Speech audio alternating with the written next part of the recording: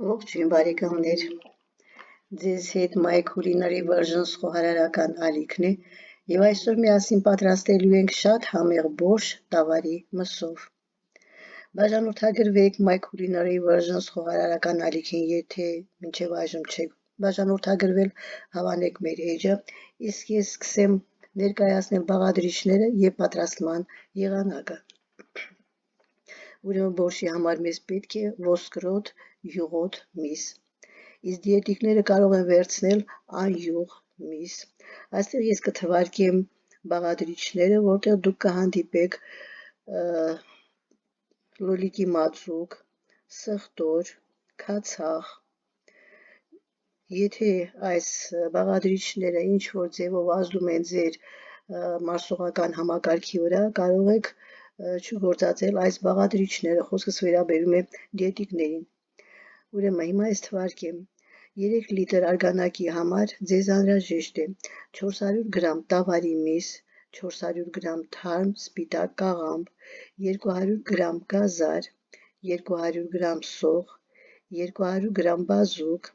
400 գրամ կարտոֆիլ, 1 ճաշի գթալ լոլիկի մածուկ, 40 գրամ մաղադանոց եւ սամիտ, 5 բջեղ սխտոր, արևածաղկի ձեթ, աղ, պղպեղ,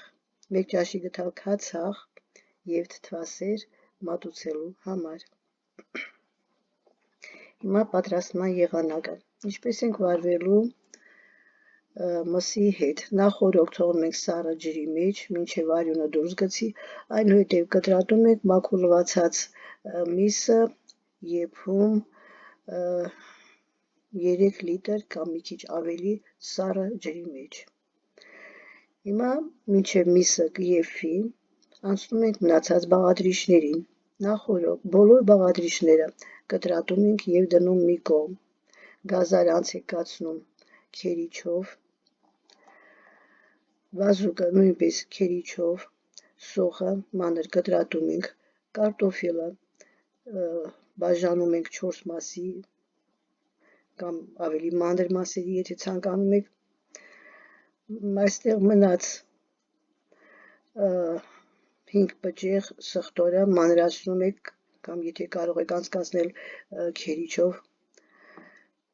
կանաչեղենը մանր կտրատում ենք եւ վերջ, ինչպես երևում է։ Ուրեմն բաղադրիչները նախորդ պատրաստում ենք եւ սկսում պատրաստել մեր բորշը։ Ուրեմն միսը արդեն եփվում է, իսկ մենք անցնում ենք սոխի տապակմանը։ Լավ տաքացրած թավայի մեջ ձեթ ենք լցնում, մանր կտրատած սոխը լցնում մեջը եւ տապակում ենք այնքան, մինչեւ ոսկեգունելը կամ ինչպես թափանցիկ դառնալը։ Այնուհետև ավելացնում ենք քերիչով անցկացրած գազարը, եւս մի քանի րոպե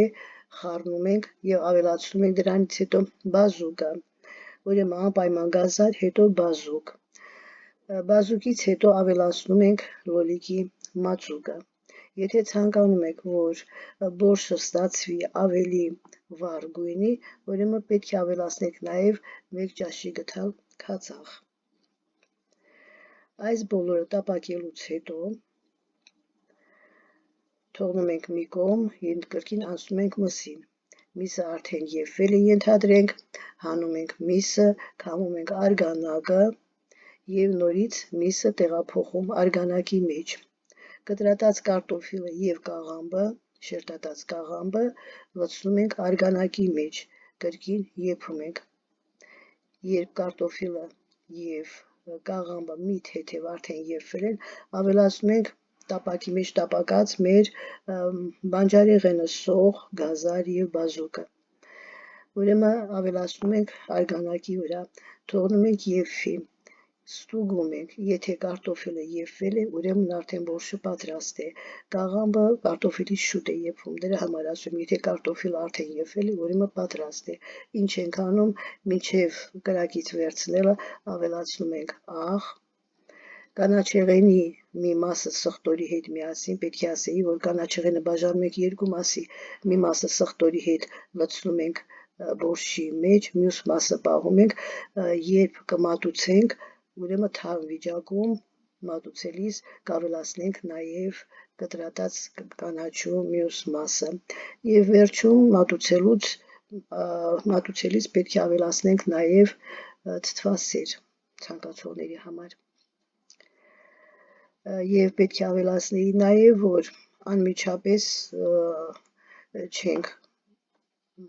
մատուցում եւ ելուց հետո սպասում ենք 15 րոպե համերը խառնվում են հանգստանում է բորշը այնուհետեւ մատուցում ենք այսօրվա համար այսքանը բարեկամներ կհանդիպենք ցտեսություն